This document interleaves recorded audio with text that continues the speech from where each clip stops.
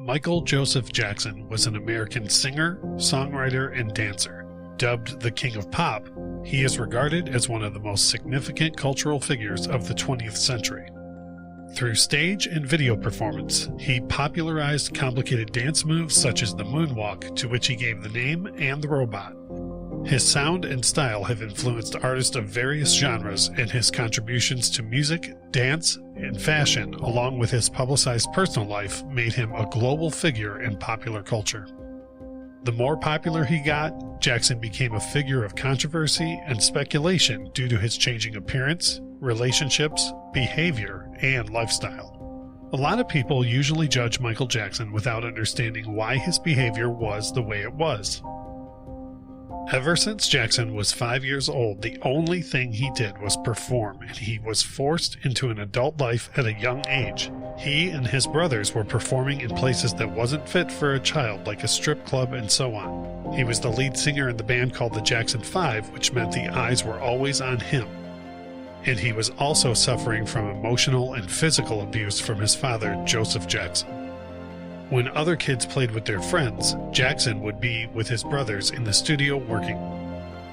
Jackson talked in an interview one time about when he was in the studio and he would look out the window and see kids playing across the street, and he cried because he had to work and couldn't go play.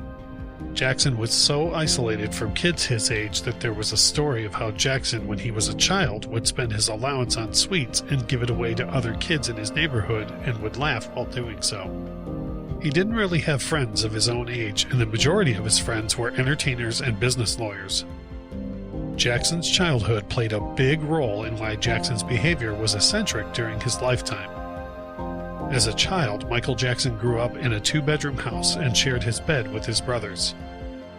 Not only sharing a bed, but being crowded into one, it became very common for Michael to share his bed or bedroom because it happened to him as a child. That mentality passed on to him as an adult, and the idea of sharing his bed was very normal to him, and that's why he allowed children and adults to sleep in his bed. He also shared his bed with adults when he was a child, which is one of the reasons why Jackson never found it wrong to share his bed with children as he got older. I have wild animals in my home. Michael said, man, I want to do that same thing when I get some money.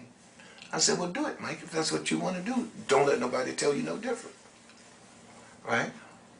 Michael used to sleep with me, right? He did that with other kids. To me, that was just the way we came up as young people, as children. We came up going over for sleepovers and stuff. Only thing that happened was these people saw money, and they saw somebody who they could get to. Because Michael didn't like to say no to anybody. He didn't want to hurt anyone's feelings, right? So he was a pushover that way. Jackson never invited children into his bedroom. In fact, many children, including Chantel Robson, who slept in Jackson's bed, testified that they wanted to sleep in Jackson's bed and they didn't feel like he was trying to talk them into his bedroom. Frank Cassio, who had sleepovers with Michael more often than his accusers, also said that Michael never invited any kid into his bed, and it was the other way around. Jackson's accuser Gavin Arvizo said that he never slept in the bed with Jackson, and that him and the assistant slept on the floor while he and his brother slept in the bed. Many people sexualize Jackson's sleepovers with children without understanding it or the context of it. Many children who have stayed in Jackson's bedroom often say that when they slept in his bedroom, Jackson would sleep on one side and they would sleep on the other, or he would give them the bed and sleep on the floor as an act of hospitality. Something bad about a child that made me feel really mad. When you'd have sleepovers and you'd stay in the same room or the same bed, did that seem unusual to you at all? No, because I slept on one side of the bed, he slept on the other, and that was that. When I was a kid, Michael and I became regular friends. So Michael and I were, visiting one day, and I wanted to do something. I was bored, and one thing that popped into my head was let's go to Disneyland. And he's like, well, I don't have my security tonight. So we go into his closet, and he's got this this whole array of costumes. And so he gives me a wig and a fake mustache, and he puts on a fake afro and a fake mustache. And we get in the car and we drive to Disneyland, and we, you know, spent a few hours just kind of walking around the park. And then we ended up staying at the Disneyland Hotel. Michael had a black card, and it said Michael Jackson, Disneyland. And with that black Disneyland card, he could get anything he wanted. So we showed up at the Disneyland Hotel, and they were like, "We're sold out. I'm sorry, there's nothing." And he's this dude with an afro and a mustache, you know, he's like, "But we need a room." And he's like, they're like, "Sorry, we're sold out." You know, he's like, you know, he gives them the black Michael Jackson credit, and they're like, "Oh, we'll be right with you." And they come back like 5 minutes later, like, "We don't have like what you're, you know, we don't have like a Michael Jackson, you know, type room, but we've got a regular room. I mean, if that's all right." And he's like, "You got a cot?" Here he is, the biggest superstar in the world. Here I am, a film actor, you know, and he is willing to accept a cot and let me have the bed. You know, that just kind of gives you a different perspective on the way people see him. You know, a lot of people would think like, oh, you know, he's this big star, and, you know, and the whole thing with the kids, and what was it like staying in a room with, what it was like staying in a room with him is that he was a total gentleman, more so than I would even, you know what I mean? Like, I'd be like, "Sorry, kid, get the cot." Actor Macaulay Culkin also slept in the bed with Jackson as a child and often defended him as well. You know, that's what's so weird, you know. What did happen? Nothing happened, you know. I mean, nothing really. I mean, we played video games, you know. We you know, played it as an amusement park. Well, the thing is with that whole thing is that, you know, they go, "Oh, you slept in the same bedroom as him." It's like, I don't think you understand. Michael Jackson's bedroom is 2 stories. And it has like 3 bathrooms and this and that. So when I slept in his bedroom, yeah, but you have to understand the whole scenario. And the thing is with Michael is that he's not very good at explaining himself, and he never really has been, because he's not a very social person. I mean, you're talking about someone who's been sheltered and sheltering himself also for the last like 30 years, or, you know, and so he's not very good at communicating to people and not very good at conveying what he's actually trying to say to you. And so when he says something like that, you know, people, you know, he doesn't quite understand why people react the way that they do. There were not just boys, also girls, like Laura Chaplin, the Taiwanese Ma twins, Kelly Parker, Brandy Jackson, Nicole Richie, Lala Romero, Sky Ferreira, Kadita and Rashida Jones, Riley Keough, Harriet Lester, and Simone Jackson. The whole family used to play games with children, not just Michael. He was brought up in an environment, a household, very affectionate towards children. He's back there. Hold on, let me get Krista Dexter ones out. Come on over here, Krista Dexter. What's your name? Myself. I don't hear that. What's your name again? What's your name, man? Myself. All right, then. Yes, sir. So you works hard, huh? I taught one. What? I taught one. Solid. Solid. All right, come on in here, Booger Bear. The mother of Jackson's accusers, June Chandler and Joy Robinson, testified that they were always allowed in his room at any time. Also keep in mind that Jackson's bedroom wasn't a normal-sized bedroom. It was 2 stories and enormous. Dr. Van Valen said that in Jackson's room there was a couch with a king-size roll-out bed in it, and it was always in a rolled-out position, and it was always turned down like if you were in a hotel room. It had the biggest TV I'd ever seen at the time. We would put in a movie order from the kitchen, whatever we were hungry for, and watch movies until late at night. If Michael fell asleep while we were watching a movie, I would turn the volume down slowly, unplug it, because if I used the controller it made a loud noise, and turn it off and quietly leave the room and go home. I remember I did this at one night and was tiptoeing to the door, and I heard Michael say, "See you tomorrow, Barney." For whatever reason, it was very difficult for Michael to sleep, so if he fell asleep, I was always careful to let him stay that way. He'd ask me sometimes to read something to him, and I'd find a book and I'd just read it and then slip away when it seemed he was asleep. Macaulay Culkin's father, Kit Culkin, in his 2005 book entitled Lost Boy, he wrote that Jackson's room was an open place to hang for everybody, and he didn't see or hear of Jackson doing anything wrong. But didn't you think, Dame Elizabeth, I'm sorry, that it would look strange to people to have someone who's in his 40s spending a night with children? I mean, just off the face of it. All right, I'll answer that, because I've been there. When his nephews were there, and we all were in the bed watching television, there was nothing abnormal about it. There was no touchy feeling going on. We laughed like children. And we watched a lot of Walt Disney. There was nothing odd about it. Gonna happen. But when you say bed, you're thinking sexual. They make that sexual. It's not sexual. But we're going to sleep. I tuck them in. I put a little music on, and do a little storytelling. I read a book. It's very sweet. We put the fireplace on. We give them hot milk. You know, we have little cookies. It's very charming. Very sweet. Sure. It's what the whole world should do. As we sit here today, do you still think that it's acceptable to share your bed with children? Of course. Of course, why not? If you're going to be a pedophile, if you're going to be Jack the Ripper, if you're going to be a murderer, it's not a good idea. That I'm not. That's how we were raised. And I didn't sleep in the bed with the child. Even if I did, it's okay. I slept on the floor. I gave the bed to the child. Well, I think that the thing that really bothered a lot of people was the whole sleeping in the same bed as Michael. And even though I think most people understand this is not like a twin-sized bed, you know, this is probably some gigantic bed. It was bigger than the building we're in. You know, when you talk about Michael Jackson's bedroom, you're talking about a building that's bigger than where we are filming today. Mm. I mean, this was a huge, huge area. And parents would stay on the bed, sisters would stay on the bed, brothers would stay on the bed. It wasn't at all what the prosecution was trying to spin it as being. And, you know, unfortunately, Michael was well-meaning. There was nothing sexual about any of this. He was nice to everybody. I had parents testify that they had slept in his room. I mean, it wasn't at all what the prosecution was portraying it as being. Here's the deal. Let me tell you about Michael, okay?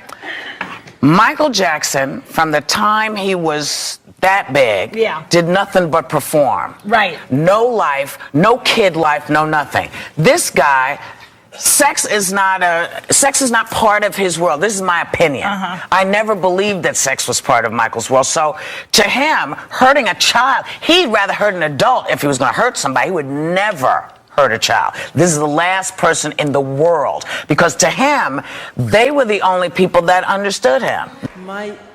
My childhood was completely taken away from me.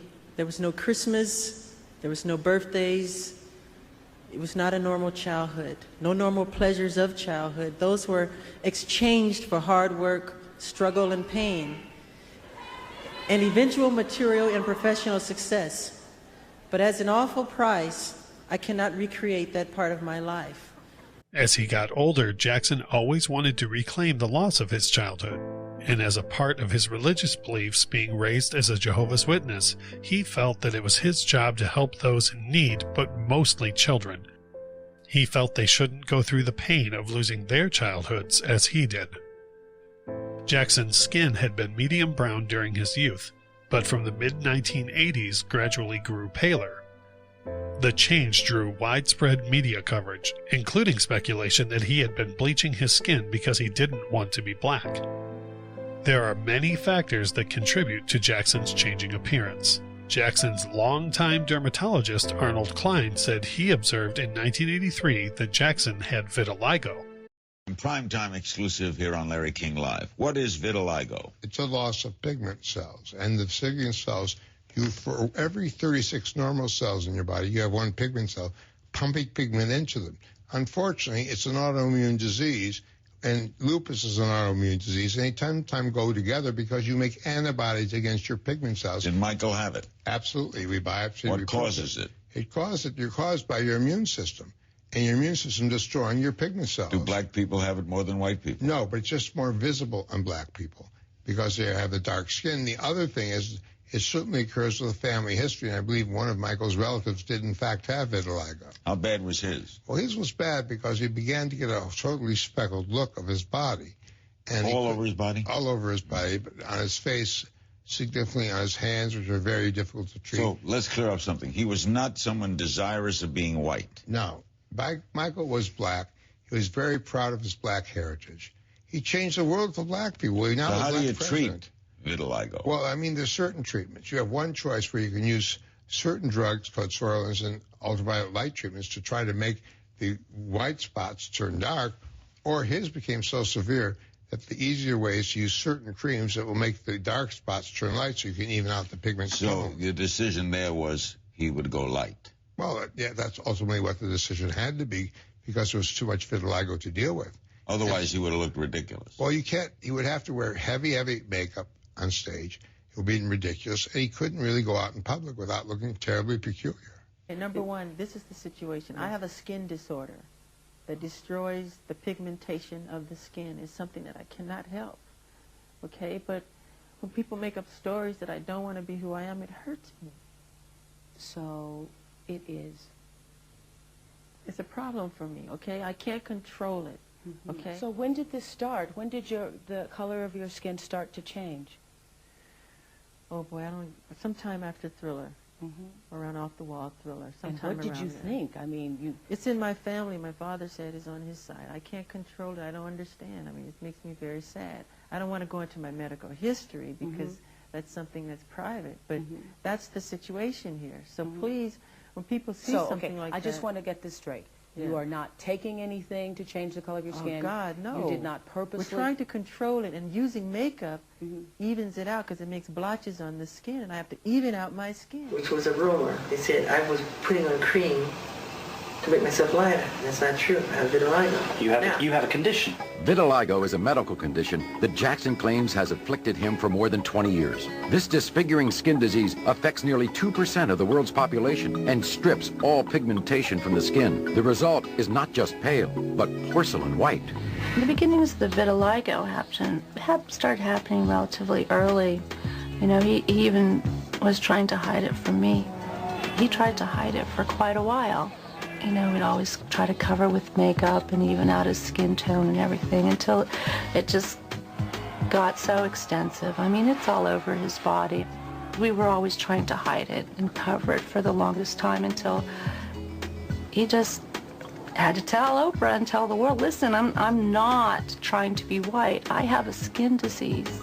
The loss of pigment exposes vitiligo sufferers to great risk of skin cancer, requiring constant shade from the sun and thick makeup or sunblock to lessen the exposure. You know, in the beginning, I tried to cover the light spots to the darkest part of his skin, but then it became so extensive that we had to go with the lighter part of the skin because his whole body was reacting. He'd have to be in complete, full body makeup every inch of his body.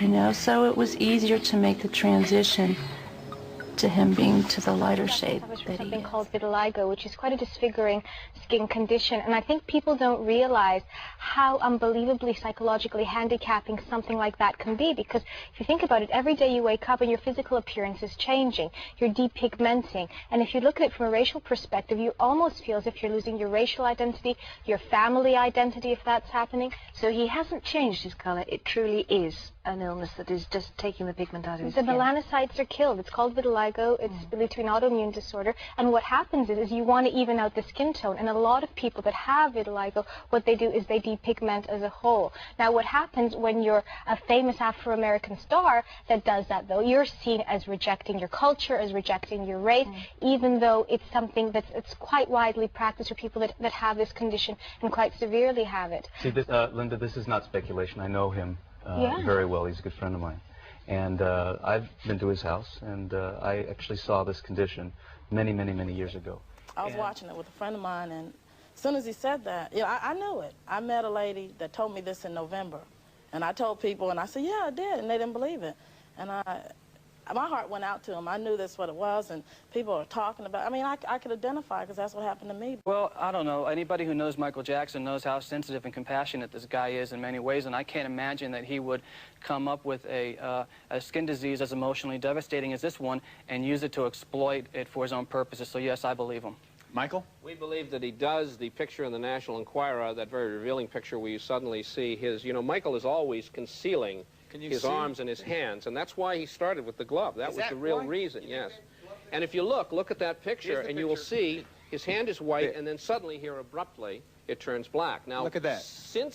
So you didn't know the picture. You didn't know the picture was being taken. That's had right. no gloves on. Right. No tape. It was right. And so now, beyond that, since then, I have learned. I have been told by a source on the Oprah Winfrey Show that he at one point actually showed them. It didn't get on camera, of course. He was just showing them off camera. He rolled up his sleeve, and that the skin was mottled. There were blotches. Many people still didn't believe him, and it took until his death when it was proven in the autopsy report. It has also been proven that Jackson used a cream called Benequin to even out his skin tone. It's important to note that Benequin is a treatment that is only effective on vitiligo patients. Vitiligo is sometimes associated with other autoimmune diseases such as lupus. Lupus makes the body's immune system mistakenly attack healthy tissues in many parts of the body. 70% of people with lupus have some skin symptoms like thick, red, scaly patches on the skin and classic mylar rash, specifically on the face. The potential for wound healing problems and infections leading to neurosis and skin loss. Jackson had to go through reconstructive surgery to fix scars and remove the dead tissue. In 1979, Jackson broke his nose during a dance rehearsal. Needing surgery with his newest record Off the Wall coming up, Michael decided to undergo his first rhinoplasty. Michael Jackson went to Beverly Hills plastic surgeon Stephen Hofflin. Before, Michael Jackson's nose was characterized by its broad bridge and wide nostrils, as well as its lack of definition and projection on the tip. After surgery, Hofflin gave Jackson a similar and more defined result while still maintaining the integrity of the original nose. However, according to Jackson, the surgery was not a complete success, as he wasn't satisfied with its overall appearance and complained of breathing difficulties that would affect his singing. Therefore, in 1981, between Off the Wall and Thriller, Michael went back to Stephen and got a second rhinoplasty. Hofflin later explained that noses sometimes can be reduced all at once, and it can take a two-stage procedure. Not just reshaped, but Jackson's nostrils were also surgically reduced by cutting and removing skin, creating a scar around his nostril crease and resulting in the dramatically reduced size of his nostrils. And as a result of the second procedure, Jackson's nose was made even narrower with a tipless boldness. With Thriller skyrocketing in the charts and still unsatisfied from the first surgeries, Jackson decided to undergo a third rhinoplasty. During the summer of 1983, he revealed his new look in the video Say, Say, Say with Paul McCartney. This time, Jackson's nostrils and nose tip were further reduced. His tip was now as narrow as the bridge, and his profile had given a slight upturned appearance. Unfortunately, Jackson's other surgeries were not voluntary. On January 27, 1984, Jackson suffered severe burns to his scalp and extensive hair loss to the head. Jackson had to get surgery to reconstruct his scalp, where they cut away scarred areas and stitched his affected scalp together in hopes of disguising Jackson's injury and covering the bald spot on top of his head. In this video, you can see as Jackson was recovering from the surgery as well as practicing moves for his upcoming tour. Michael can be seen wearing a surgical splint on his nose as well as dressings on his scalp. This would suggest that during his scalp procedures, Jackson decided to have his nose revised for a fourth time. Jackson showed his new look at his mother's birthday celebration, which began to look swollen a month after the surgery. During the Victory Tour, it was clear from Jackson's side profile that his nose tip was further refined, and his upturned position became unnaturally whimsical in its appearance. In 1986, it became apparent that Jackson was having issues with his surgically altered nose, and in May 6, 1986, Jackson appeared at a Pepsi press conference with sunglasses on, disguising a nose that appeared asymmetric and at a stage of collapse within the next few months, where Jackson was photographed wearing a surgical mask for the first time. And in July, while visiting the funeral of Vincent Minnelli, photographers noticed his nose altered, as well as the addition of a Kirk Douglas-inspired dimple on his chin. His jawline's new look was active by the use of an implant, as his autopsy report noted that he had 2 incision marks at the bottom of his chin. After the release of his Bad album in 1987, Jackson's new look made him a media target, with his surgeries becoming a main topic in the newspapers. After years of touring and promoting, Jackson had little time to pursue new image makeovers. On September 14, 1990, Michael Jackson received the first Michael Jackson Good Scout Humanitarian Award. Jackson was seen with sunglasses, and it was clear that Jackson was suffering from ongoing complications with his nose, as it appeared uncharacteristically pinched in a state of collapse. Michael first had surgeries to rectify these issues, but for reasons that were medically needed and not cosmetic. Jackson also continued to receive treatment well into the 1990s for his scalp, with little success from his 1984 surgeries. Michael decided to undergo a treatment that would finally disguise his bald spot left after the Pepsi accident. The tissue expander treatment consisted of implanting balloons into areas surrounding the scar tissue that over time were blown up to expand the skin on his scalp. This was in the hope of then in surgery they could stretch the skin out over the affected areas, cut the scar tissue, and sew the healthy areas together. Because the process was visible, Jackson had to wear hats during this period, and for a 2-month stretch in the period of 1993, Jackson was only ever seen with his iconic fedora on. Unfortunately, this surgery wasn't successful, and Jackson had to rely on hairpieces and tattoos to disguise his hairline. By 2001, with the release of his album Invincible, Michael Jackson was having issues with his nose again, and he gave up trying to rectify its issue because he stopped trusting doctors.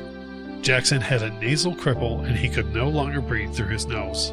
From images, it's clear that his nose lacked projection, as it had collapsed onto itself, and he didn't have enough nasal passage for his nose to function from breathing. Behind the scenes, Jackson's longtime makeup artist Karen Faye revealed that it was suggested to him that he should darken his skin and wear a prosthetic nose during his You Rock My World music video. Once this request got to him, he was reportedly so upset that he lashed out and trashed his dressing room, breaking down into a puddle of tears and crying over years of intense insecurities regarding his appearance. Jackson eventually got treatment to rectify his nasal issues, as indicated on November 13, 2002, during his appearance in the Santa Monica court. During his questioning, Jackson was asked to remove his surgical mask, and when he did, it was revealed that Jackson's nose was covered with tape, used to limit the swelling after surgery. After, his appearance images were splashed on newspapers with headlines suggesting that the tape held Jackson's nose together and that without it his nose would fall apart. However, all of this was false. Jackson underwent a successful reconstruction that brought a lot of structural integrity of his nose back. With intense fears of growing old in the aging process, Jackson had become a regular client of Arnold Klein, a dermatologist that specializes in dermal filler injections to initially treat Jackson for acne and scarring that was the result of the surgeries, but then to combat signs of aging and regular filler injections starting in the early 2000s. As indicated by scars noted in his autopsy report, in 2003 Jackson decided to undergo a full facelift procedure. Jackson revealed his more youthful look by making several public appearances such as BET and Radio Music Awards later that year. The latter being on this image taken of Jackson causing a media sensation and was a topic in the tabloids under numerous plastic surgery disaster headlines, a photograph he grew to detest. During the last years of his life, Jackson's dermatologist said that his aim was to rebuild Jackson's face in an attempt to make him look more normal, including a reconstruction of his nose using fillers. He said that his nose was small but beginning to look a lot more natural again. Restylane, a temporary filler, was also injected to build up areas in his face and even out others that had been very visibly impacted by infection, scarring, and the effects of his long-term illnesses. It's also important to note that due to the lupus disease, Jackson lost hair on his eyebrows and eyelashes and got them tattooed as well. Tabloids often photoshopped images of Jackson to make him appear more odd. In 1986, tabloids reported that Michael Jackson slept in a hyperbaric oxygen chamber to slow aging and pictured him lying in a glass box. This claim was untrue, and tabloids reported that he spread the story himself. They also reported that Jackson took female hormone shots to keep his voice high and facial hair wispy, proposed to Elizabeth Taylor, and possibly had a shrine of her, and had cosmetic surgery on his eyes. Jackson's manager, Frank DeLeo, denied all of them except for Jackson having a chamber. DeLeo added, "I don't know if he sleeps in it. I'm not for it, but Michael thinks it's something that's probably healthy for him. He's a bit of a health fanatic." When Jackson took his pet chimpanzee Bubbles to tour in Japan, the media portrayed Jackson as an aspiring Disney cartoon character who befriended animals. It was also reported that Jackson offered to buy the bones of Joseph Merrick, the Elephant Man. In June 1987, the Chicago Tribune reported Jackson's publicist bidding $1 million for the skeleton to the London Hospital Medical College on his behalf. The college maintained that the skeleton was not for sale. DeLeo said Jackson had an absorbing interest in Merrick, purely based on his awareness of the ethical, medical, and historical significance. These tabloid stories inspired the name Wacko Jacko, which Jackson came to despise. The demeaning name first appeared in the British tabloid The Sun in 1985. The name's origin come from Jacko Macaco, the name of the famous monkey used in the monkey baiting matches at Westminster Pit in the early 1820s. Jacko was subsequently used in Cockney slang to refer to monkeys in general, hence a racist connotation behind the name. The headlines were filled with other offensive names such as psycho, freak, and drug addict. The tabloids also reported that Janet, LaToya, and Michael were the same person. The horrible treatment of Jackson from the media continued and kept getting worse. This is as good a copy of the document as I have available to me at this time. Let me ask you this. Do you recognize the handwriting on these two sheets? Yes. Do you know whose handwriting it is? It's mine. Do you know what these documents are? Yeah. What is this? Crazy stories that people have created. Things I wanted to set straight in an interview. Do you know with whom this interview was? I think it could have been Diane Sawyer, whatever the interview was that I wanted to do. I wanted to set the record straight, that if people hear a lie long enough, people believe it, that people have lied on me. I'm a black American and I'm proud of it, and I'm honored of it. The bleach skin rumor, which is a rumor, I don't bleach my skin. They once said I wanted a white kid to play me as a child, which was a rumor. Inauguration rumor, saying I didn't want to do President Clinton's inauguration. I'm not gay. When I get angry enough, I write down what I want to say and what I want to talk about to set the record straight. Because you get to a point where you get tired of people lying. I get tired of situations like this, where people completely lie on me, and I'm sick of it. The tabloid headlines weren't interested in promoting Jackson's music, but to make a fictional character out of him. In response to these tabloid rumors, Jackson made such songs as Leave Me Alone, Ghosts, Privacy, Tabloid Junkie, Threatened, Is It Scary, Too Bad, and many other singles where Jackson talked about the media's obsession with him. Jackson stated that the moment he broke the all-time records is when the media became vicious toward him, and sadly the controversy surrounding Jackson didn't end with the tabloids. Tonight on Hard Copy, explosive new charges against Michael Jackson. Tonight, Hard Copy's Diane Diamond reveals the exclusive details behind the child abuse allegations. The official documents that I've seen include a very detailed account of just what this 13-year-old boy says happened to him. Michael Jackson met Jordan Chandler in May 1992 when Michael's car broke down in Los Angeles, and he went to a nearby car rental agency which was owned by Jordan Chandler's stepfather, David Schwartz. Schwartz called his wife, June Chandler, and told her to bring Jordan, who was a huge fan of Jackson. Schwartz also offered to rent a car to Michael at no charge if Michael would agree to take Jordan's number and call him. Michael eventually accepted the offer and kept his promise by calling Jordan a couple of days later. Following the encounter, Michael struck up a friendship with the whole family. The Chandler family spent time with Michael at Neverland and also traveled with him from time to time, and Michael visited the family at their homes as well. June Chandler's ex-husband and Jordan's biological father, Evan Chandler, who was a dentist but wasn't a very good dentist, According to the other dentists in the area, they often criticized his work in the past. He had ambitions of becoming a screenwriter, but it wasn't going very well for him, and at the time he owed June Chandler about $60,000 in child support. And he was an absent father in Jordan's life, and at this point they weren't living together, and she left him and she went to David Schwartz. Evan Chandler was an absent father, not paying his child support or seeing Jordan as often as he should, and as soon as Jordy became friends with Michael, his father Evan wanted to be involved. So now he started inviting Jordy over to his house and asking him to bring Michael with him or if he could go to Neverland with him. The friendship continued for a little while. Jackson stayed at Jordy's house and Jordy stayed at his, always with his mother June and his sister. According to tape recordings, Evan felt like Jackson was trying to put moves on his ex-wife June. He felt that Jackson was trying to steal his family from him, even though he didn't want anything to do with them until Jackson was hanging around them anyways. After he got back in his son's life again to become friends with Michael Jackson, he started asking him for favors like, why don't you build me a new swing so you can come stay more often? And when that idea didn't work, he asked, well, why don't you build me a house? And that didn't happen either.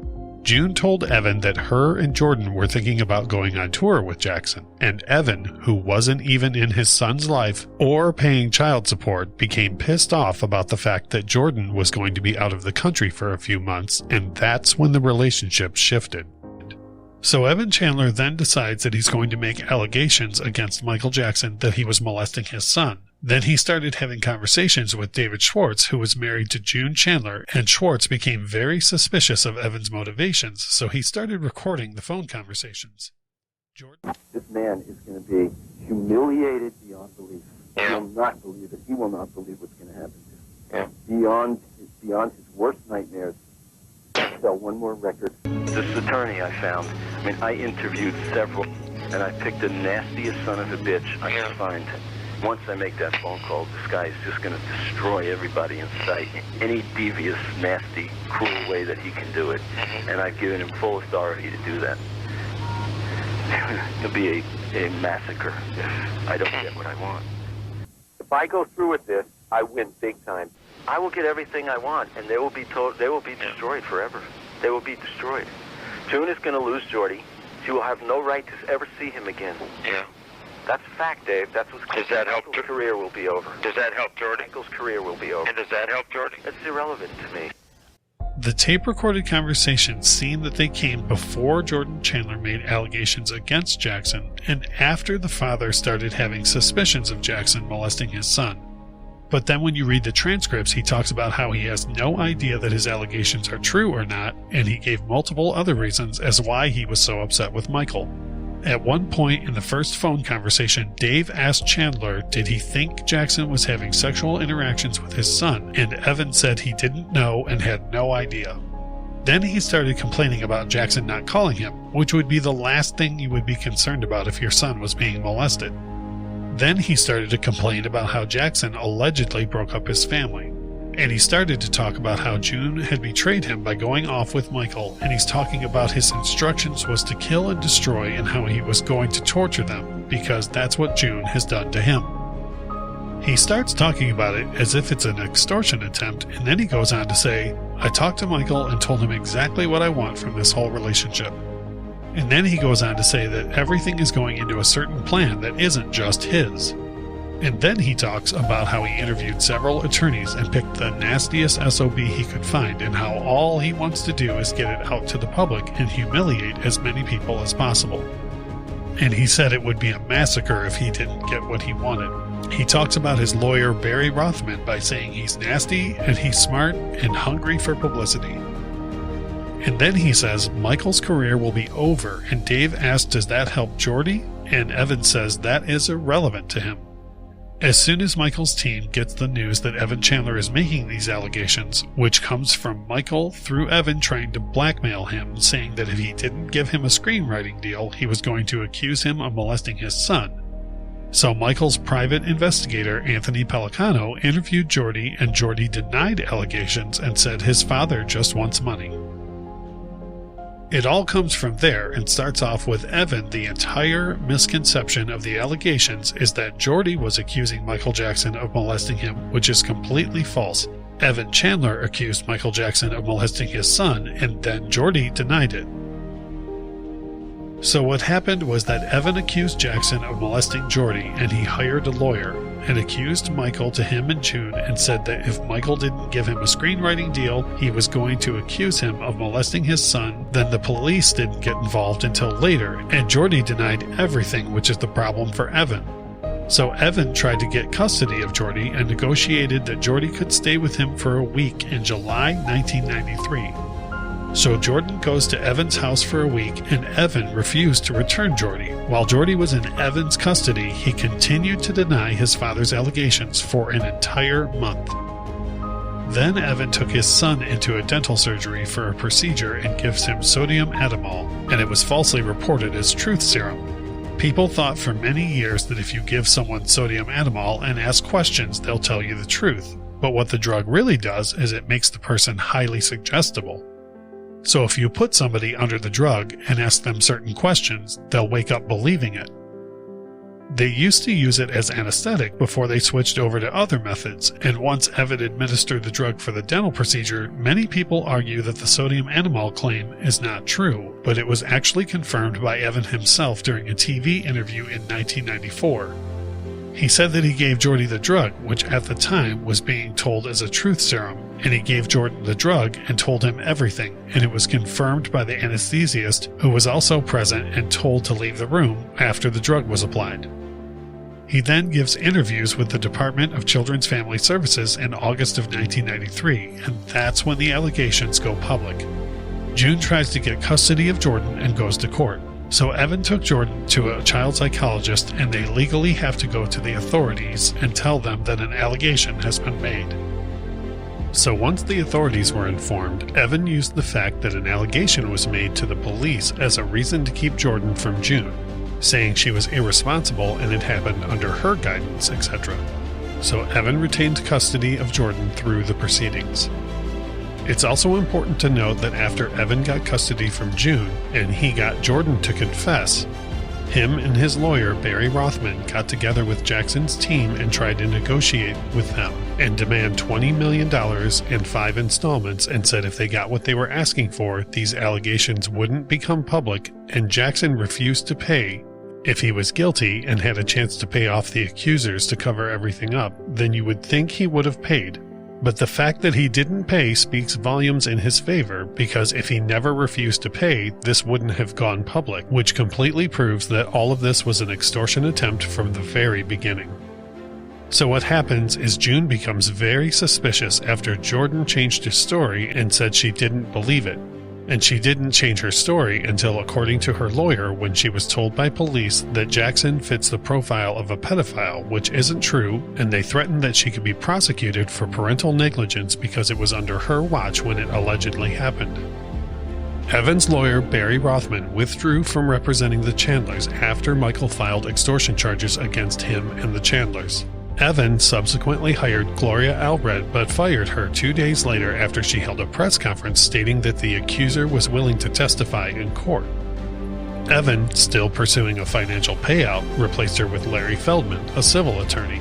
Ray Chandler confirms that this was because the Chandlers wanted to steer the case toward, quote, a highly profitable settlement, end quote, rather than a grand jury indictment and a criminal trial. In September 1993, Feldman filed a $30 million civil lawsuit against Michael Jackson on behalf of the Chandlers. It all became public in August, and police started investigating. They raided Neverland, and at that point, Jackson was on the final leg of the Dangerous Tour in late 1993, so he was absent and totally removed from the situation. His lawyers were putting out press statements, but for the most part he was removed from the situation. He didn't give any interviews and was totally absent from the moves. So the media was desperate to get a story about the Jackson case.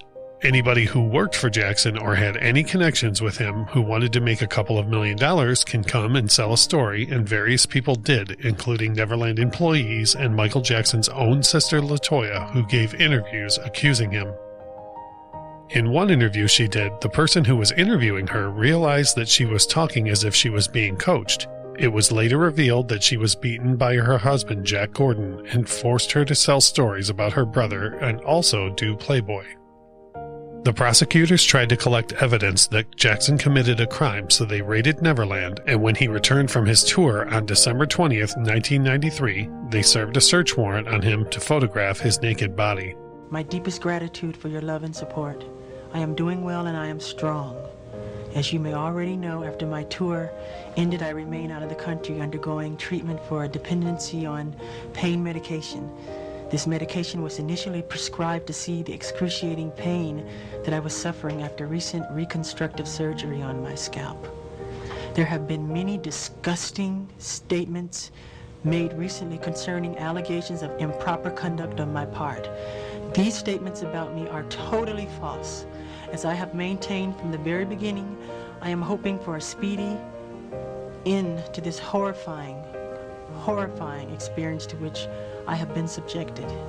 I shall not in this statement respond to all of the false allegations being made against me, since my lawyers have advised me that this is not the proper forum in which to do that. I will say that I am particularly upset by the handling of this mass matter by the incredible, terrible mass media. At every opportunity, the media has dissected and manipulated these allegations to reach their own conclusions. I ask all of you to wait and hear the truth before you label or condemn me. Don't treat me like a criminal, because I am innocent. I have been forced to submit to a dehumanizing and humiliating examination by the Santa Barbara County Sheriff Department and the Los Angeles Police Department earlier this week. They served a search warrant on me which allowed them to view and photograph my body, including my penis, my buttocks, my lower torso, thighs, and any other area that they wanted. They were supposedly looking for any discoloration, spotting, blotches, or other evidence of a skin color disorder called vitiligo, which I have previously spoken about. The warrant also directed me to cooperate in any examination of my body by their physician to determine the condition of my skin, including whether I have vitiligo or any other skin disorder. The warrant further stated that I had no right to refuse the examination or photographs, and if I failed to cooperate with them, they would introduce that refusal at any trial as an indication of my guilt. It was the most humiliating ordeal of my life, one that no person should ever have to suffer. And even after experiencing the indignity of this search, the parties involved were still not satisfied and wanted to take even more pictures. It was a nightmare, a horrifying nightmare. But if this is what I have to endure to prove my innocence, my complete innocence, so be it. So Jordan Chandler claimed that he can accurately describe Jackson's genitals, but when they did the photos and compared what Jordy described, it didn't match. Jordan is Jewish and so is Evan, and Evan's real name is Evan Charmants.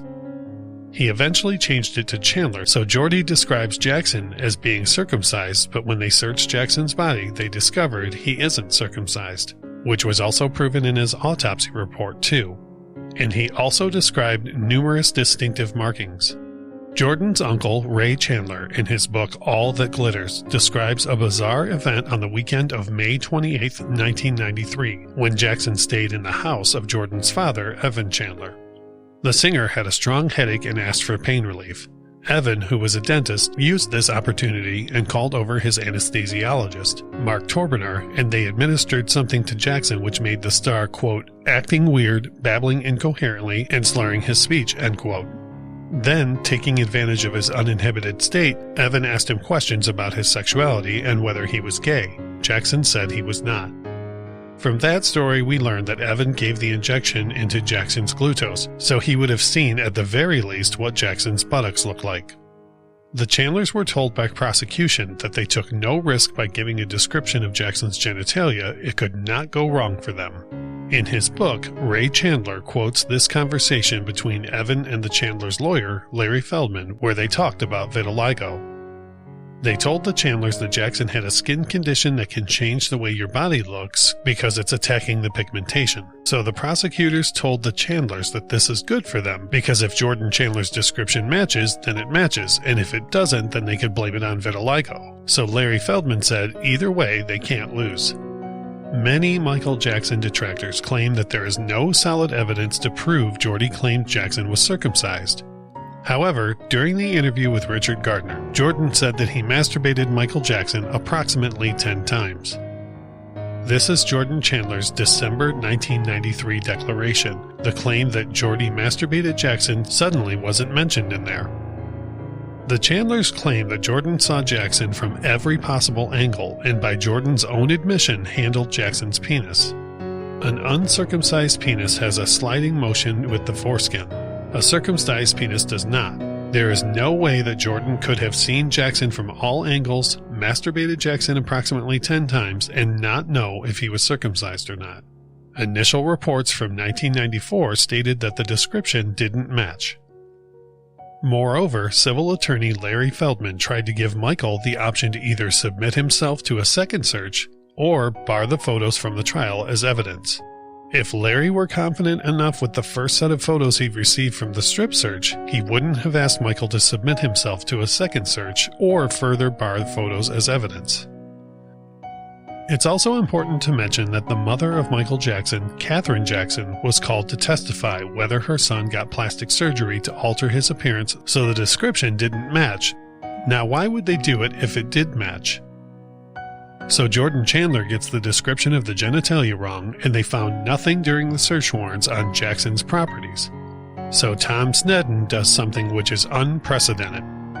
He convinced 2 separate grand juries in separate locations, one locally and one in Los Angeles, and he asked them to consider the case at the same time, and unfortunately for Sneddon, both grand juries felt that the evidence wasn't enough to indict Jackson. So the legal case in that situation stops, but the civil case where Evan filed his lawsuit against Michael is continued. The case entered the legal system and went through the original process, so the judge is presiding over this case and started ordering depositions, and all of the witnesses involved in the case had to be deposed. They had to be questioned under oath so that a version of their story could be on record for use in the case. Jackson's lawyers are going to court regularly and saying that it was unfair and a breach of his First Amendment rights to a fair trial because in American law, every citizen has the right to a fair trial if they are accused of a crime that's a criminal trial. So if you allow a civil case before the criminal case, what you're doing is prejudicing the defendant in the criminal case because the prosecution can come and have a front row seat for the civil case, and they can change their case to fit the evidence presented in your defense. If you have an alibi and you raise the alibi as a defense in the civil case, then in the criminal case they could come back and change the timeline so the defense alibi isn't valid. Jackson's lawyers went to court many times and said it's unfair to ask our defendant to give a deposition in a civil case when he's facing a possible criminal case because even though the 2 grand juries refused to indict, the DA Tom Sneddon refused to close the case and kept giving statements saying it was an ongoing investigation. Jackson's lawyers went back to court and said please don't make their defendant give a deposition. It's prejudicial. And the judge kept saying that he couldn't postpone that case and at some time in the future there could be a future criminal prosecution, so they repeatedly refused to delay Jackson's deposition. Michael privately insisted that he wouldn't settle the case, but what happened on the day of Jackson supposedly giving his deposition was he was forced to settle the civil case because it would prejudice the criminal case that was coming up. So they lost the fight, and the choice was for him to give the deposition and prejudice the criminal case or settle the civil case for his rights to testify in his defense in the criminal court. So what happened is prosecutor Tom Sneddon wouldn't let it go. It has been revealed that he traveled to at least 3 continents to interview people who he thought could have possibly been molested by Michael Jackson. They were all defensive except for one boy named Jason Francia who admitted that he didn't accuse Jackson until the police interrogation. He also received a financial settlement from Jackson but later testified in Jackson's 2005 trial and the jury didn't find him credible. Sneddon apparently traveled all around the globe to make his case work, and his investigators were brought to investigate ex-employees as well as all eventually failed. but he was spending huge money to keep his case going against Jackson. So since Sneddon wouldn't let the case go, they were worried that if they fought the civil suit, regardless of the outcome, there could still be a chance that Sneddon could come back and get a criminal case, and if he didn't, he would have access to the defense through the public record. So Jackson ended up settling the case because his defense wouldn't want Sneddon to work around the defense strategy if there ends up being a criminal case one day. Sneddon never closed the case, and it remained open until the second allegations came in 2003. The settlement was misrepresented by the media, saying that Jackson bought his way out of the trial, but the real story of the settlement was never told publicly. The settlement did not stop the Chandlers from testifying in a criminal case. Even civil attorney Larry Feldman himself said this in a press conference. The settlement was also for negligence, and Michael didn't admit to any wrongdoing when he paid the settlement.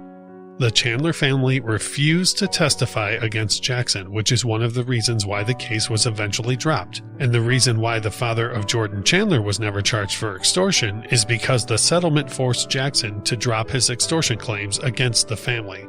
That settlement opened the doors for anybody else who wanted to accuse him or get money out of him without having to work a day in their lives.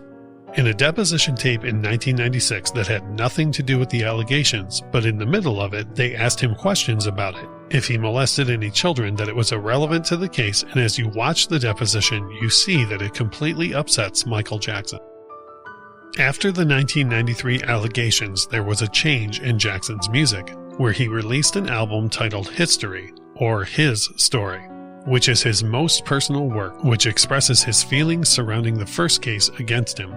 The whole album was a response to 1993 because a gag order had been placed on him. The settlement precluded him into discussing the case, so after Jackson released the History album and went on Diane Sawyer to proclaim his innocence with his then-wife Lisa Marie Presley, Evan Chandler went to court saying that Jackson breached the contract of the settlement, so he wanted permission from the judge to release his own album called Evan's Story, where he would respond to the History album. Ask yourself this question. Is that normal behavior for a father of an alleged victim who just recuperated from the molestation of his own son? Instead of filing charges against Jackson, he went to court to sue Jackson and release a rebuttal album about the molestation of his son. It is also important to note that after the 1993 case, Jordan Chandler went and got a legal emancipation from his parents and did not speak to them for about a decade. And Jordan Chandler was called by the prosecution to testify in Jackson's 2005 trial, but threatened to fight any legal attempts to do so. After that decade, Jordan and Evan got back together and he accused his father of trying to beat him with a dumbbell weight and spraying him with mace and trying to choke him. Pop star Michael Jackson surrendered today to authorities in California, where he faces charges of child molestation. Shortly after he was fingerprinted and photographed, the singer released a statement saying, "Lies run sprints, but the truth runs marathons. The truth will win this marathon in court." ABC's Brian Rooney has more now from Santa Barbara. Early this afternoon, Michael Jackson got out of a car behind the Santa Barbara County Jail in handcuffs. His lawyer said the singer is enraged. He considers this to be a big lie. He understands the people who are outraged, because if these charges were true, I assure you Michael would be the first to be outraged. Jackson had arrived on a private jet from Las Vegas. The plane rolled its nose into a hangar where Jackson got into a waiting car out of view of television cameras. He was taken into custody there at the airport. Jackson had his mugshot taken, and he was fingerprinted here at the county jail before he posted a $3 million bond. While this was happening, the entertainer's brother Jermaine called CNN. We will stand up, and everybody that knows this family around the world will support us, because at the end of the day, this is nothing but a modern-day lynching. This is what they want to see, him in handcuffs. You got it. But it won't be for long, I promise you. ABC News has learned that the child making the complaint is a 12-year-old boy who met Jackson while he was doing charity work 3 years ago. The boy visited Jackson at the Neverland Ranch, and according to one source, he told a psychotherapist that on 2 occasions, Jackson gave him wine and sleeping pills. And if it's discovered that that boy was in any way drugged in order to achieve the acts, and that carries with it a life enhancement. That could mean life in prison, and cases like this can depend on the testimony of the child accuser. In general, the child will be able to recall and recollect with some detail the incident, and that is persuasive to a jury, even if it is the only testimony that is available. Jackson gave a wave when he was released after booking. He's scheduled for arraignment in January. Brian Rooney, ABC News, Santa Barbara, California. In the last few weeks, a large amount of ugly, malicious information has been released into the media about me. Apparently, this information was leaked through transcripts in a grand jury proceeding, where neither my lawyers nor I ever appeared. The information is disgusting and false. Years ago, I allowed a family to visit and spend some time at Neverland. Neverland is my home. I allowed this family into my home because they told me their son was ill with cancer and needed my help. Through the years, I have helped thousands of children who are ill or in distress. These events have caused a nightmare for my family, my children, and me. I never intend to place myself in so vulnerable a position ever again. I love my community, and I have great faith in our justice system. Please keep an open mind and let me have my day in court. I deserve a fair trial like every other American citizen. I will be acquitted and vindicated when the truth is told. Thank you. The second allegations all started with the release of the Martin Bashir documentary, Living with Michael Jackson. Bashir promised Jackson that he would help Jackson's poor judgment about his relationship with children. So he thought it would be good for him to bring a child who he'd cured from cancer and invite them to the ranch so that when people see his story, they might have a better view of who he was, which ended up becoming Michael's worst decision. Jackson first met his later accuser Gavin Arvizo and his family in the summer of 2000. At that time, the 10-year-old Gavin was in hospital with a rare type of cancer that affected his kidney and spleen. So his family started fundraising for his cancer treatment, and they started getting in touch with celebrities through the Make-A-Wish Foundation. And the child starts hanging with celebrities such as George Lopez, Chris Tucker, and later on he would start hanging around Michael Jackson. Michael Jackson invited them to the ranch, and he bought them a car, took them on holidays, and looked after them. Eventually, Gavin was cured from cancer, and around the time Martin Bashir came to film the documentary, Jackson thought it would be a good idea that Gavin and his family could come to the ranch and they could tell the story of how he helped them when he was dying so people can understand what his relationship with children is really about.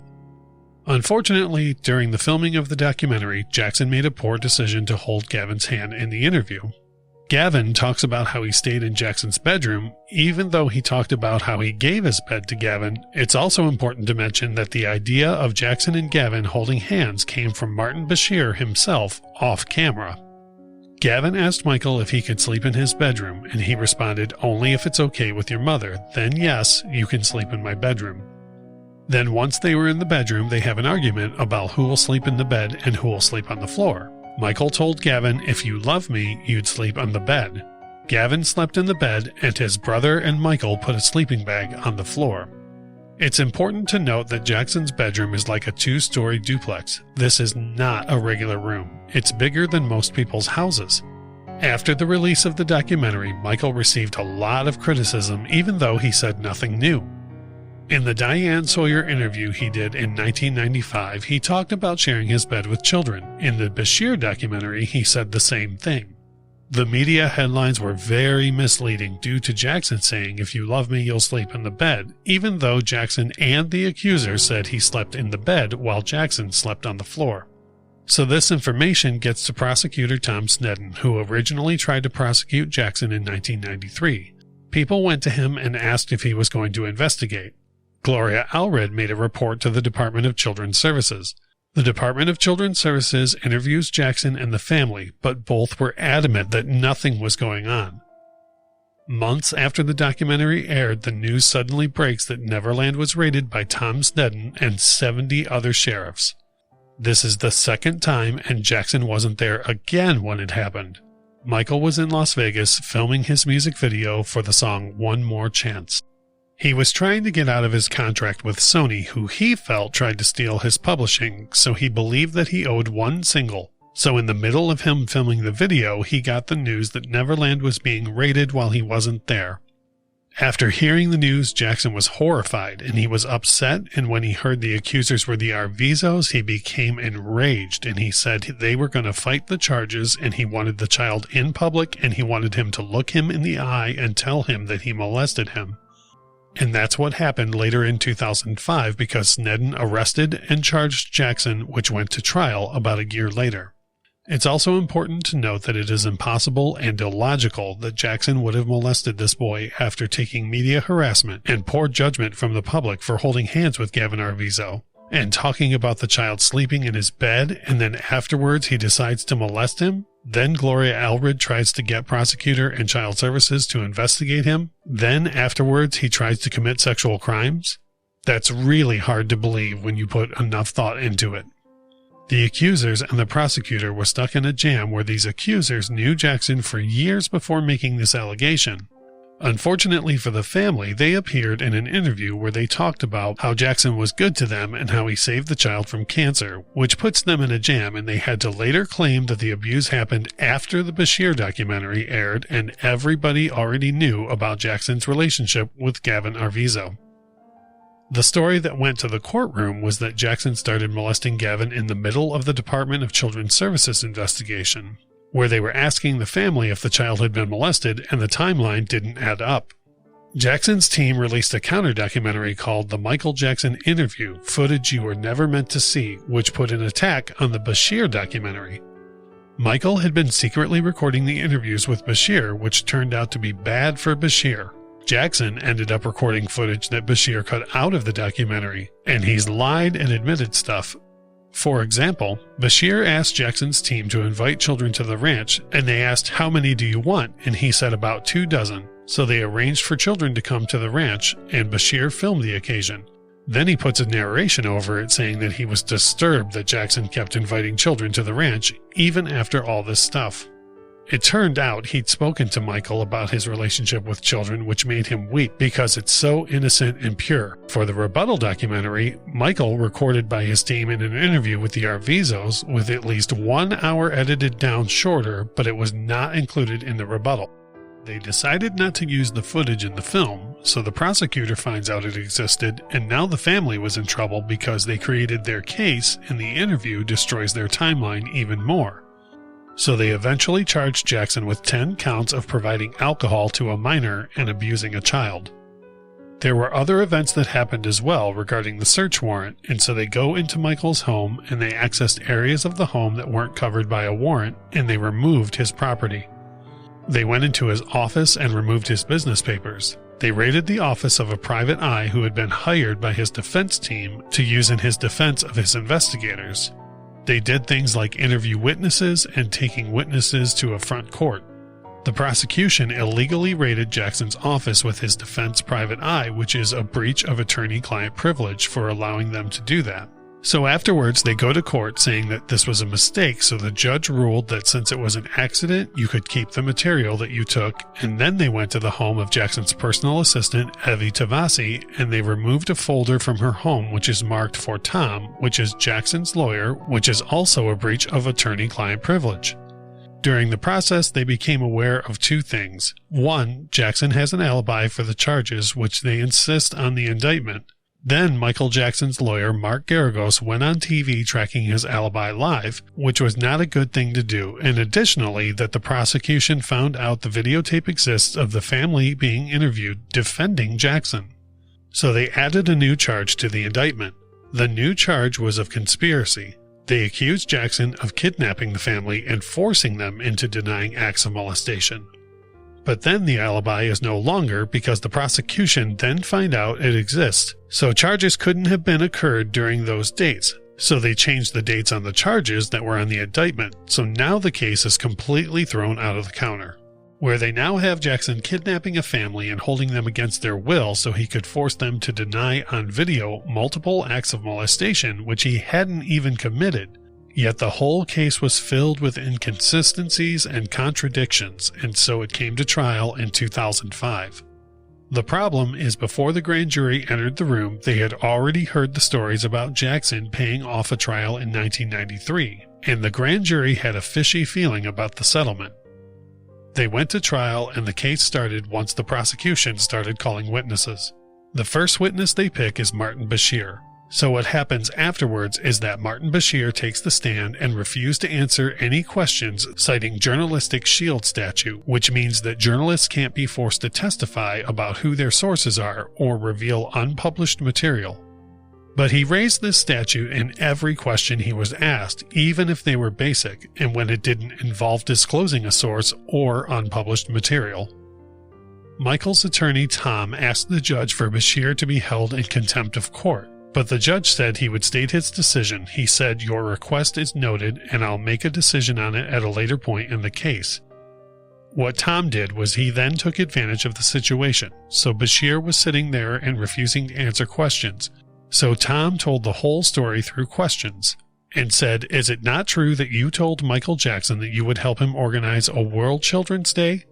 And is it not true that the documentary was about his work with AIDS sufferers and about his charity work? Is it not true that you promised to interview his friends and you didn't do it? Is it not true that you asked for children to be brought to the ranch?" And then he introduced documents and said, "Mr. Bashir, Michael Jackson's signature on these documents is different than how it is on this other document," but Bashir refused to answer the questions. "Did you forge a signature on this document?" He told the entire story about Bashir in the courtroom and about what a snake he was, and how the whole documentary idea was a scam, and Bashir refused to answer questions. So the idea to bring Bashir as a witness, which Sneddon thought was genius because they would play the Living with Michael Jackson tape, and which he thought would quickly turn the jurors against Michael Jackson. But what it did was give Michael's lawyers the opportunity to destroy the first witness so the case could get off to a terrible beginning. Then it got worse when the second witness was called, which is Ann Gabriel, and she was a PR woman who was brought in to help after the Bashir documentary aired. And she ended up turning into a defense witness and testifying that Michael had no idea what anybody in his team were doing, and threw a massive spammer in the works for prosecution, which totally undermined the conspiracy charge brought by the family. The only member of the Arvizo family who testified in court were Gavin, Starr, and the mother. Starr is Gavin's younger brother. There were no accusations of Starr being molested. So Starr's story is that he witnessed Gavin being molested on 2 occasions, but on the stand he said he witnessed 3, which didn't do him any favors, but he came and told a different story than what he told originally.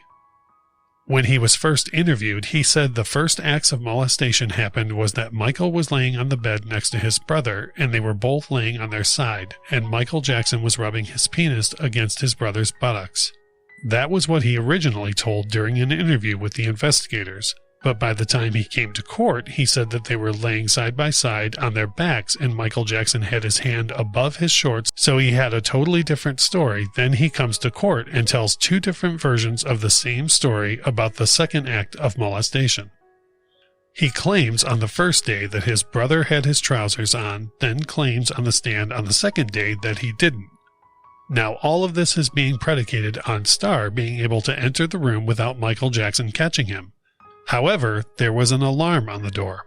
Michael Jackson lived in a busy house with chefs, cleaners, and more all around the house at all times.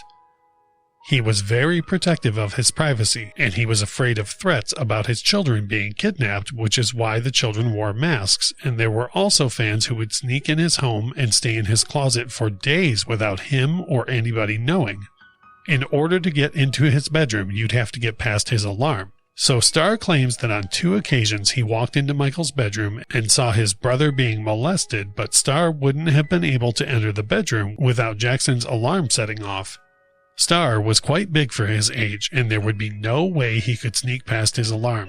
So the defense team brought in video evidence of people trying to walk past the alarm without setting it off, which was impossible, so the story didn't add up. He was telling weird stories which sounded like he was being coached to say things like he walked 23 steps into Michael Jackson's bedroom. And Tom said under cross-examination, "How do you know how many steps there were?" And he said he had this thing of whenever he climbed up steps, he counted them. And Tom asked questions about whose other steps he counted, and he couldn't remember. And there was a section where they claimed that while they were kept hostage at the ranch, they weren't allowed to look at clocks and weren't allowed to know what time or day it was.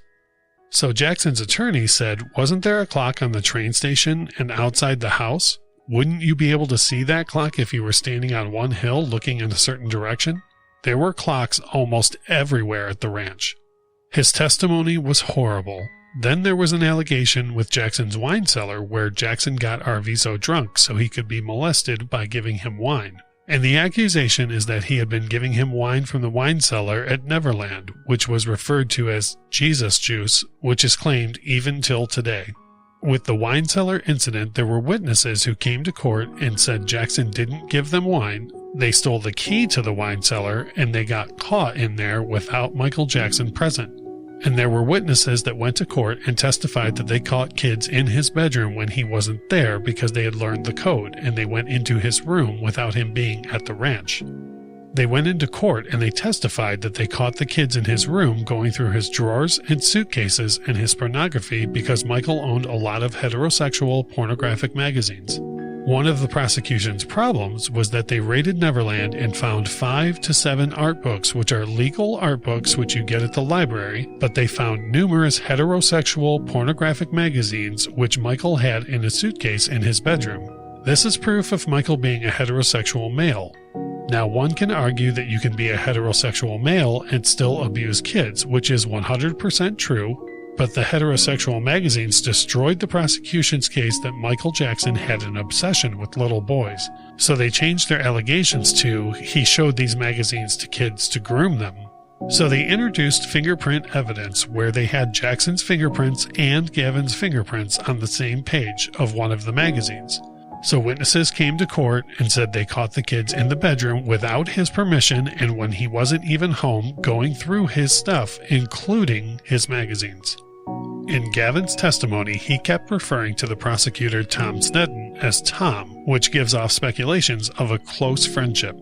So the story Gavin told was that he was on cancer medication, then Michael gave him alcohol, which could have made him sick and unconscious, and then started molesting him, and he was still able to remember the acts of molestation.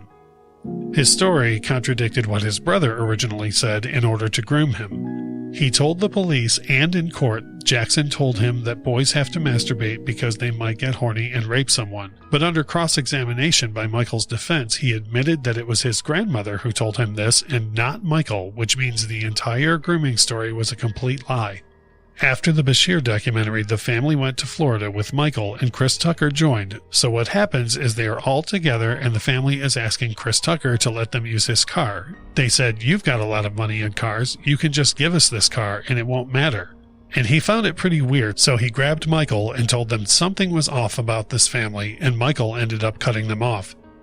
He gave them a car and the car broke down. He said he was going to get it fixed, and then all of this happened with Chris Tucker, so he didn't get it fixed because he didn't want anything else to do with the family. And they were angry with him that he didn't give them another car, so Gavin Arvizo seemed hurt that he wasn't getting phone calls from Jackson like he used to.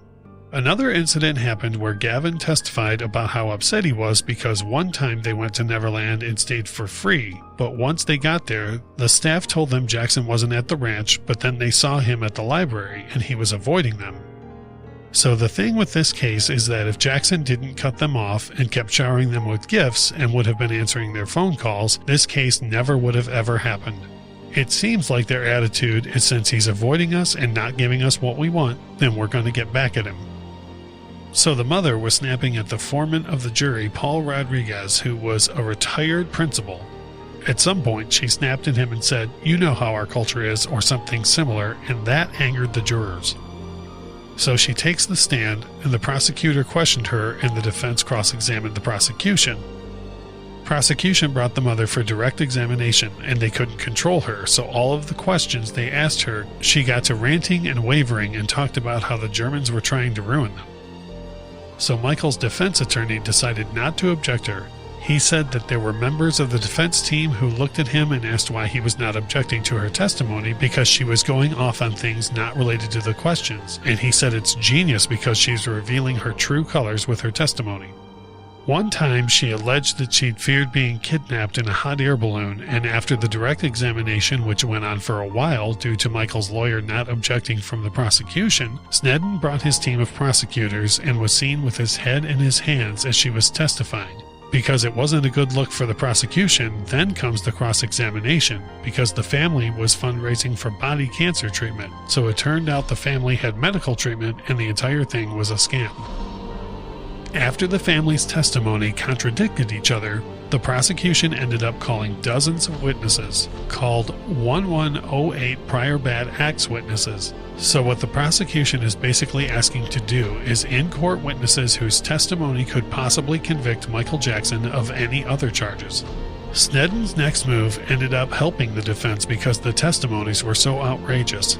They called former employees of Jackson called the Neverland Five who had been fired from Neverland for stealing and filed a lawsuit against Jackson for wrongful termination.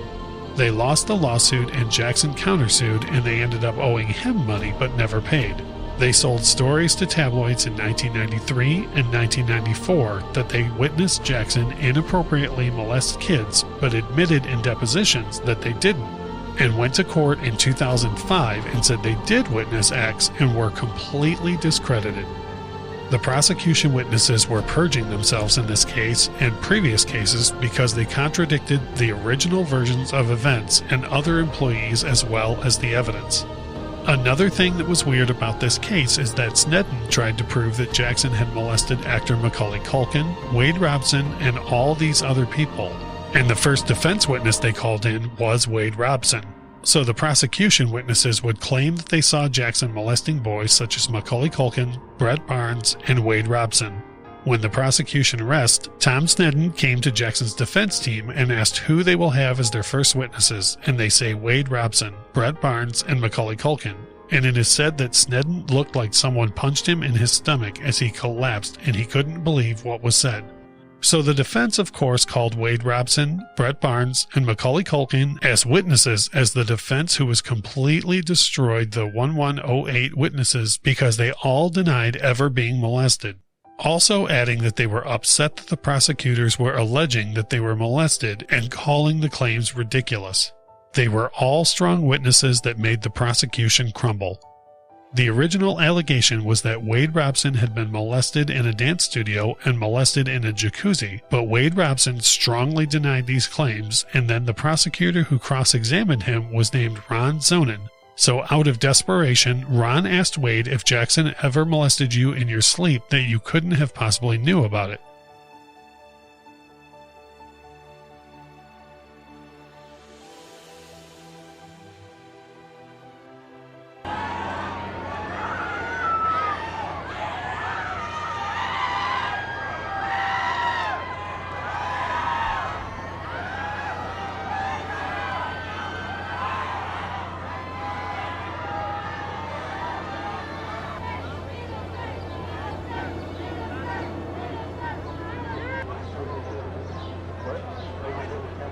I'm going to put it right where I had it before.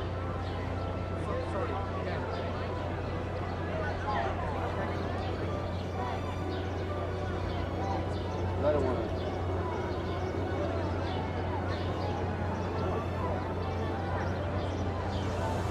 Count 1, verdict. We, the jury, in the above entitled case, find the defendant not guilty of conspiracy as charged in count 1 of the indictment, dated June 13th, 2005, foreperson number 80. Count 2, verdict. We, the jury, in the above entitled case, find the defendant not guilty of a lewd act upon a minor child as charged in count 2 of the indictment, dated June 13th, 2005, foreperson number 80. Count 3, verdict. We, the jury, in the above entitled case, find the defendant not guilty of a lewd act upon a minor child as charged in count 3 of the indictment, dated June 13th, 2005, foreperson number 80. Count 4, verdict. We, the jury, in the above entitled case, find the defendant not guilty of lewd act upon a minor child as charged in count 4 of the indictment, dated June 10th, 2005, foreperson number 80. Count 5, verdict. We, the jury, in the above entitled case, find the defendant not guilty of a lewd act upon a minor child as charged in count 5 of the indictment, dated June 10th, 2005, foreperson number 80. Count 6, verdict. We, the jury, in the above entitled case, find the defendant not guilty of attempting to commit a lewd act upon a minor child, as charged in Count 6 of the indictment, dated June 13, 2005, for person number 80. Count 7, verdict.